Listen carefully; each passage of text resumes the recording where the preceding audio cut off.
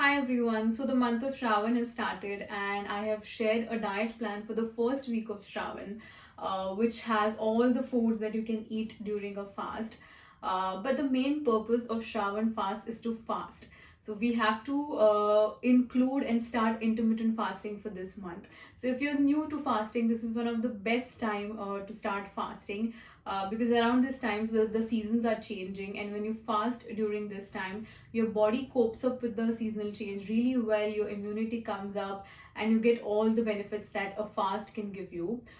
So if you're completely new for fasting and you cannot go for longer period without food, the week one diet is something that you can definitely follow. If you have done intermittent fasting before, what you can do is you can do 16 hours of fasting, and then start with your breakfast from the meal plan.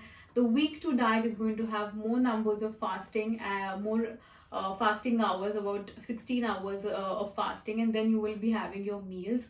But you have to include all of this slowly. So the meals which I have given in the week one diet, make sure that the portions are less. You're doing the portion control for first week, and from second week we'll be starting with IF for these fasts. Just make sure that during this whole month of Shravan, when you're doing Shravan fast, along with intermittent fasting and a proper fast to get maximum benefit, you're also trying to detoxify your mind.